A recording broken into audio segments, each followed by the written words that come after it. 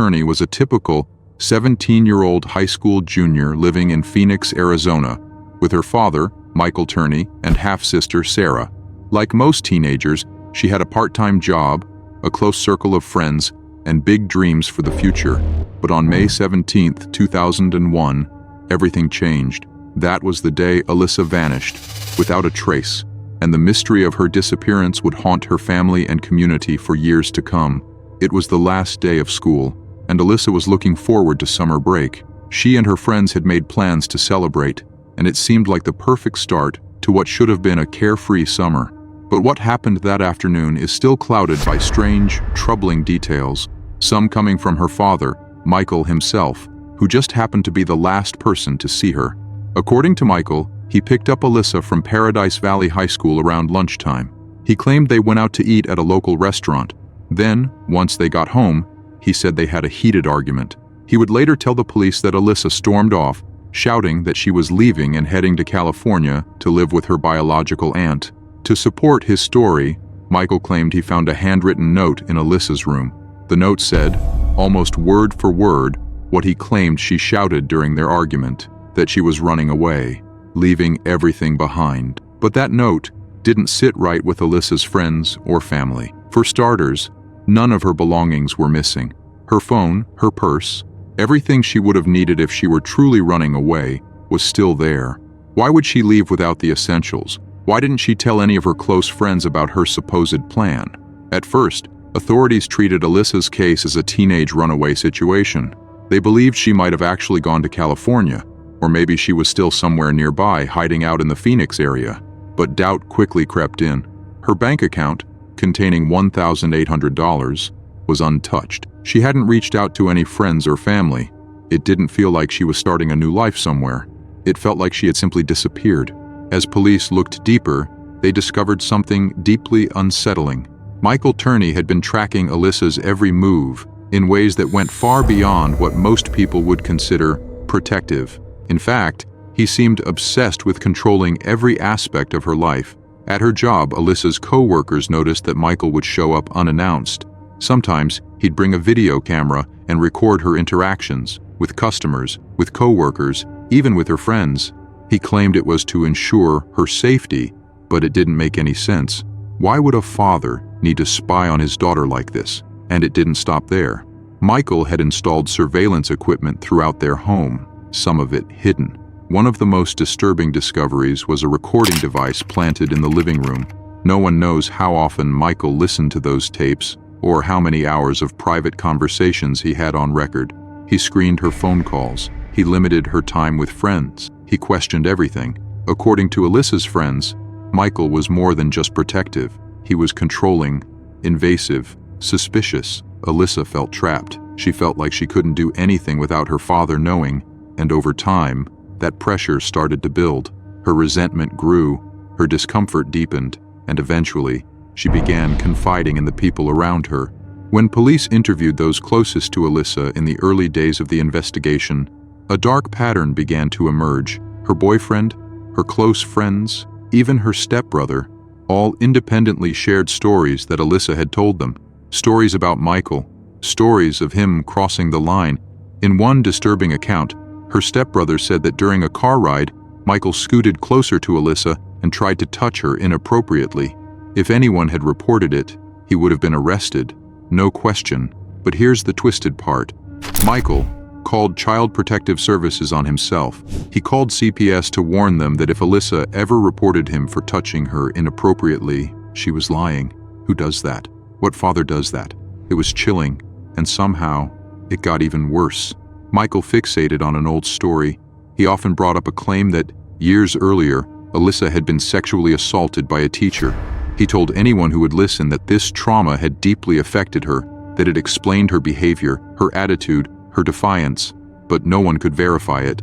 There was no record of it, no report, no evidence, and Alissa herself had never mentioned it to any of her friends.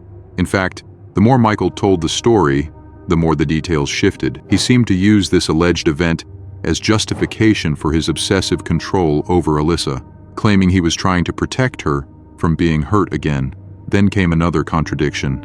When police contacted Alissa's aunt in California, the one she was supposedly going to live with, they discovered she had no idea Alissa was coming. She hadn't spoken to Alissa, hadn't planned for her arrival. Nothing. This blew a massive hole in Michael's story. Why would Alissa say she was going to live with an aunt who wasn't expecting her, who didn't even know she'd left? It didn't add up. And yet, there was no body, no crime scene, no evidence of violence. So the case stalled. One of the most chilling aspects of this entire ordeal is how quiet Michael was after Alissa vanished. Most parents would be hysterical. They'd be calling everyone, friends, schools, hospitals, police. But Michael? He didn't report Alissa missing for 5 days. 5 days. When asked why, he said he thought she'd come back, that she was just a rebellious teen who ran away in the heat of the moment. But that delay raised red flags everywhere. For years, Alissa's case remained frozen, classified as a simple runaway.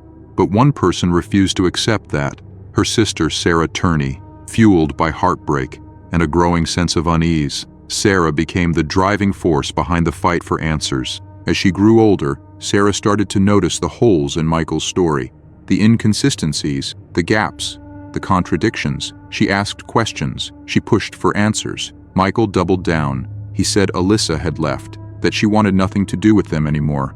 But Sarah couldn't shake the feeling that something was terribly wrong. She went to the police, again and again, but with no new evidence and Alissa still labeled a runaway, they told her there was nothing they could do. So, Sarah went online. She began sharing Alissa's story on Facebook, Twitter, Instagram, and then TikTok. That's where everything changed. On TikTok, Sarah was raw, honest, unfiltered. She called out Michael by name. She told the world that she believed her own father killed her sister, and people listened. Sarah's bravery captured the internet. Her story gained traction. Alissa's face began to reappear in the public eye, and slowly, people started asking questions. Eventually, the authorities did too. In August 2020, nearly 20 years after Alissa vanished, police arrested Michael Turney and charged him with second-degree murder. The charges were based on circumstantial evidence, patterns of abuse, control, suspicion. There was still no physical proof, no body, no murder weapon, no confession, but the pressure was mounting. Then, in July 2023, Michael Turney went to trial. After just 6 days of testimony, the defense filed a motion for acquittal, arguing that the prosecution had failed to provide enough evidence to convict. The judge agreed. Michael Turney was acquitted, released on July 18, 2023, and then he sued. In January 2024, Michael filed a lawsuit against the Phoenix Police Department, claiming he was mistreated in custody, denied health care, deprived of meals, wrongfully imprisoned. As of today, Alissa Turney's case remains cold. There's no justice, no closure, just a sister, still fighting, a girl who never came home, and a man, still walking free. It was still dark in Midlothian, Texas, on the morning of April 18, 2016. For 45-year-old Terry Missy Bevers, a devoted fitness instructor and mother of 3, this was just another early morning. Her alarm would ring before most people had even stirred in their beds. But for Missy, this was her routine. She was passionate about helping others through her bootcamp-style fitness classes, and she regularly led early sessions that started before sunrise. On that Monday morning, she had a class scheduled at Creekside Church of Christ. Like always, Missy was committed, organized, dependable. She arrived at the church around 4:20 a.m., headlights briefly illuminating the quiet parking lot before fading into darkness. With her workout gear and supplies in hand, she entered the building, unaware that she was not alone. What Missy didn't know, what she couldn't have known, was that someone had already broken into the church hours earlier. At around 3:50 a.m., surveillance footage from inside the church captured a figure moving silently through the halls. The scene was surreal. The intruder was dressed head to toe in SWAT-style tactical gear, a helmet, gloves, a vest, even a police-style uniform with the word police printed on it. Everything about the outfit was wrong. It wasn't just the gear, it was the way the person moved. Their gait was awkward, clumsy, almost as if they were staggering or walking in shoes that didn't quite fit. At times they paused in doorways, other times they tapped walls or opened random doors, wandering through the building with an eerie sense of calm. as if they had all the time in the world. They didn't seem to be looking for anything specific. They weren't moving quickly or targeting valuables.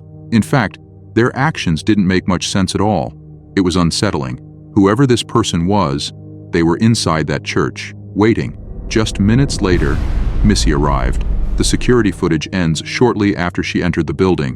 What happened next is still shrouded in mystery, but what we do know is that shortly afterward, Missy was found brutally murdered. Her students, arriving early for the 5 a.m. class, would walk into a scene of horror. Missy had suffered multiple severe injuries, believed to have been inflicted with a hammer that was later found near her body. The attack was both violent and deeply personal, and it would send shockwaves through the community. As investigators turned to the church's surveillance footage, they hoped it would hold the key to solving the case. But instead of answers, the video only raised more questions. Why was the suspect dressed in full tactical gear? Why had they broken in so early, only to wander the church aimlessly for over half an hour? And most chillingly, was the attack on Missy planned? Or had she simply walked into the wrong place at the wrong time? The footage showed the suspect periodically smashing windows, damaging doors, and breaking random objects, leading police to theorize that the intruder may have been trying to stage a burglary gone wrong. But the theory didn't add up. Missy's purse and iPad were untouched. Nothing had been stolen. This didn't look like a robbery. It looked like a setup. Investigators were left with very little to go on. No clear suspect, no motive, no eyewitnesses. All they had was that haunting footage of the figure moving strangely through the church, and the knowledge that Missy had been the only victim. Desperate for leads, detectives began scrutinizing the footage frame by frame. That's when they noticed something peculiar. The way the suspect walked, their gait was distinctly odd, almost like a limp or a stagger. Some said it looked like the person had a leg injury.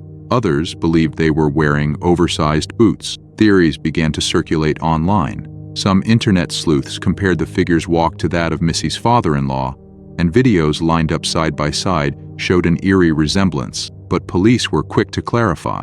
While the comparison was interesting, it wasn't evidence, and nothing solid connected him or anyone to the crime. At one point, detectives even speculated that the suspect might be a woman. The ill-fitting tactical gear seemed bulky, perhaps too large for the person wearing it.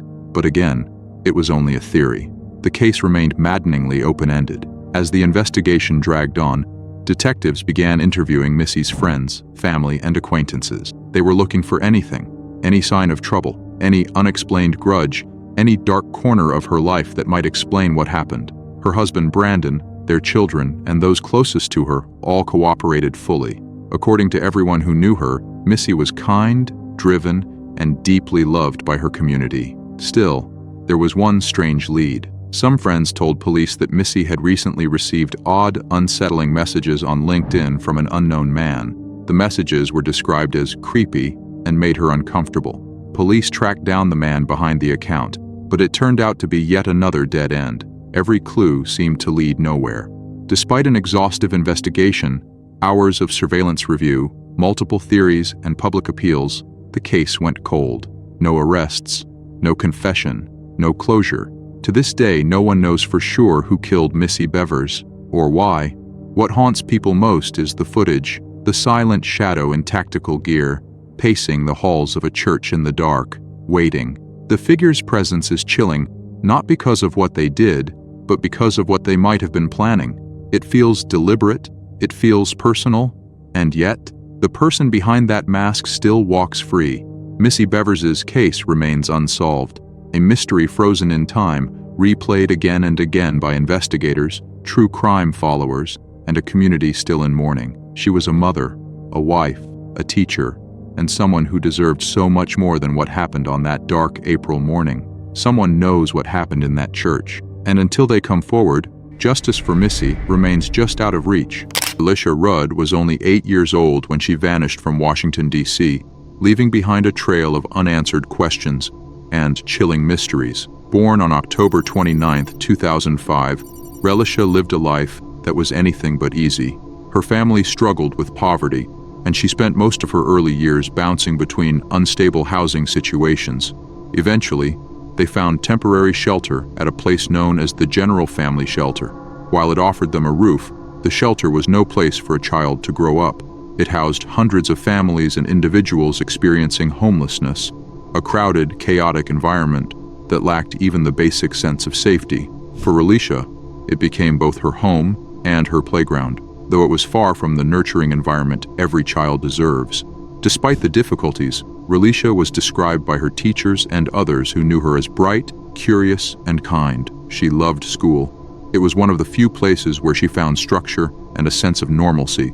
But soon, something changed. Her attendance became irregular. Days turned into weeks, and then she stopped coming altogether. At first, no one panicked. For a child living in a shelter, absence wasn't exactly surprising. The instability of her living situation could easily explain missed school days. Still, school officials made calls, tried to reach out. When they contacted her mother, Shamika Young, she claimed that Relisha was under the care of a doctor, a man named Dr. Tatum, and was being treated for a medical condition. She sounded calm, convincing, and the school believed her. After all, why wouldn't they? But that trust would soon have terrifying consequences. On March 1st, 2014, the situation took a dark turn. After a second look into Relisha's prolonged absence, school officials made a horrifying discovery. Dr. Tatum wasn't a doctor at all. He was Khalil Tatum, a janitor at the shelter where Relisha and her family had been staying.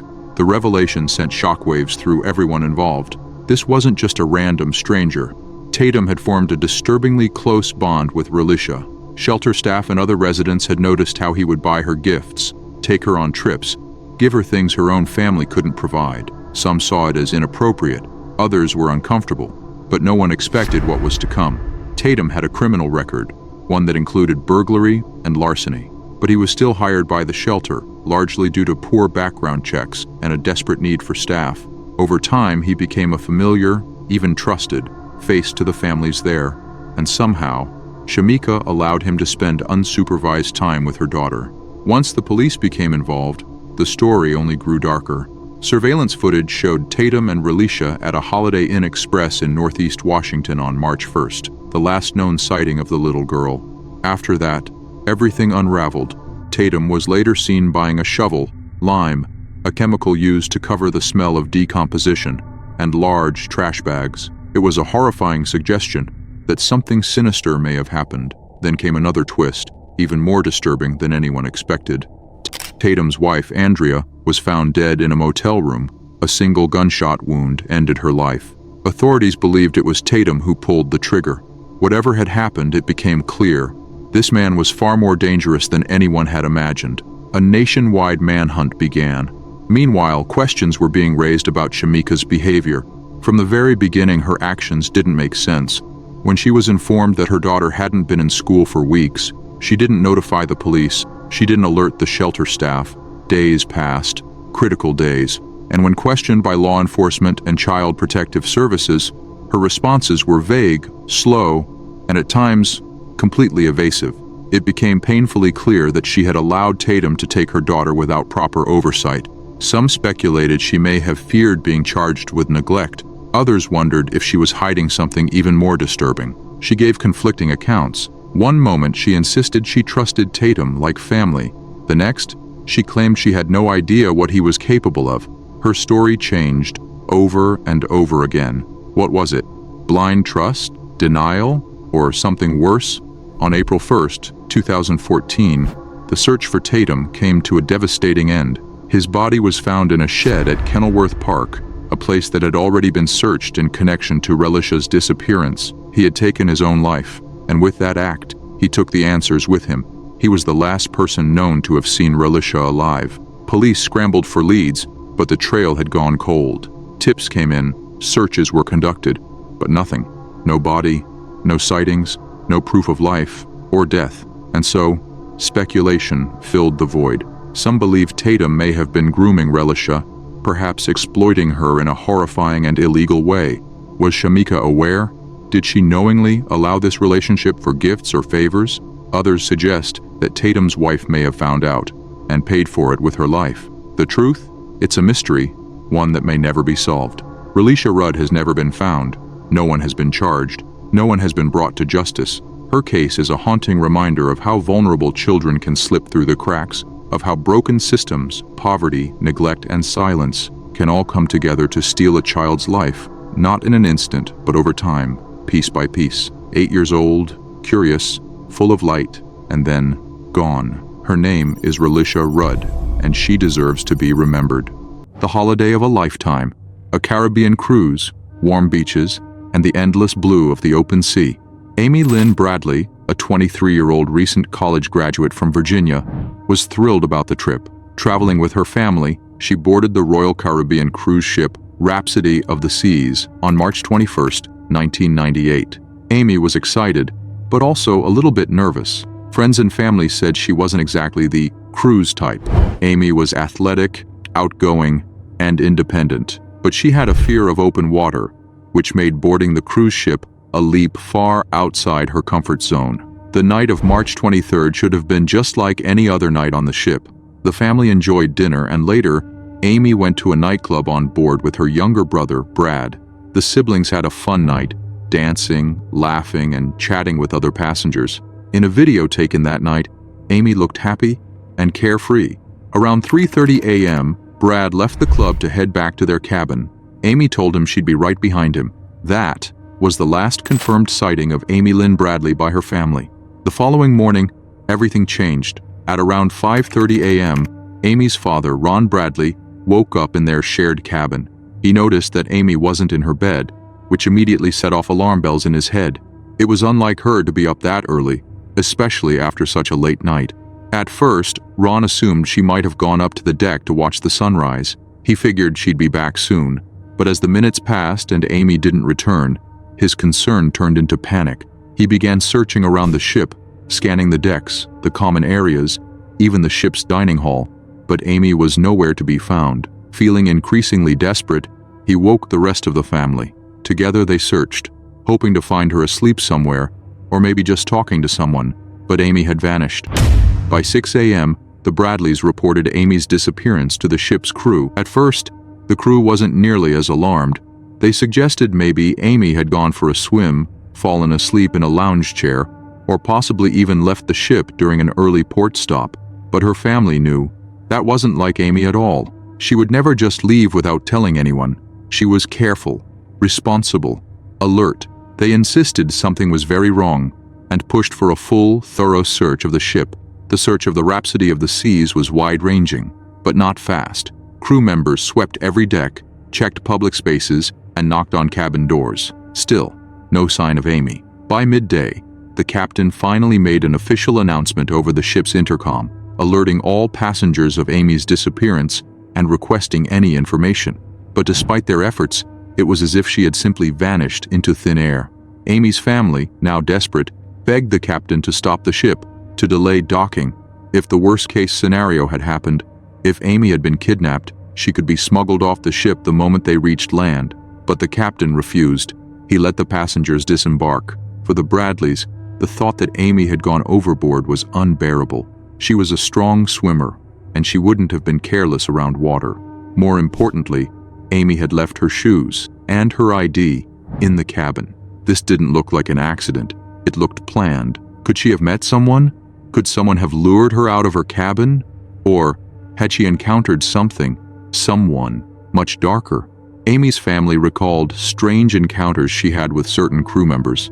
Days before she disappeared, she had mentioned feeling uneasy. She told her family that some of the crew had been watching her, following her with their eyes. There was one crew member in particular, someone who approached Amy more than once. He showed what her family described as an unusual amount of interest. He even invited her to go dancing, not on the ship, but at a club on shore. Amy declined. And then, something even more disturbing happened. On board the ship, there was a display area for passenger photos, pictures taken by the ship's photographers that families could view and purchase. But when the Bradleys checked, all the photos featuring Amy were gone, vanished. Had someone intentionally removed them? If so, who? And more chillingly, why? As time passed, disturbing sightings began to surface. Several people came forward claiming they had seen a woman matching Amy's description in different parts of the Caribbean. One sailor said he saw a woman who looked like Amy with several men who appeared to be controlling her. A Canadian tourist said he encountered a woman in a brothel in Barbados, a woman who begged for help, saying her name was Amy, and that she wasn't allowed to leave.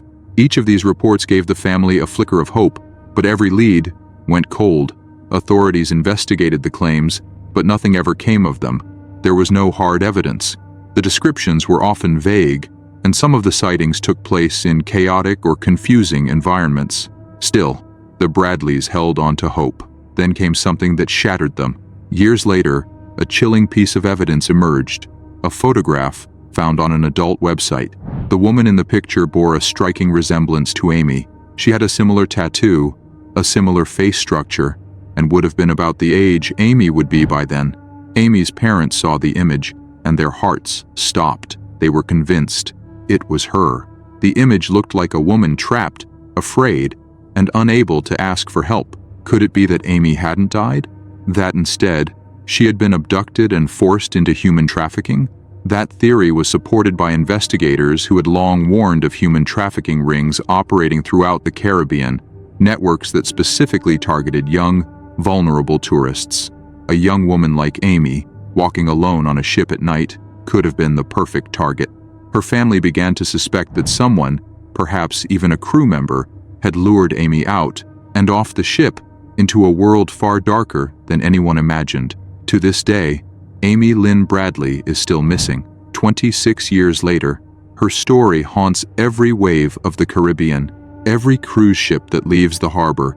There are no goodbyes, no closure, only questions. Where is Amy Lyn Bradley? And will we ever know the truth?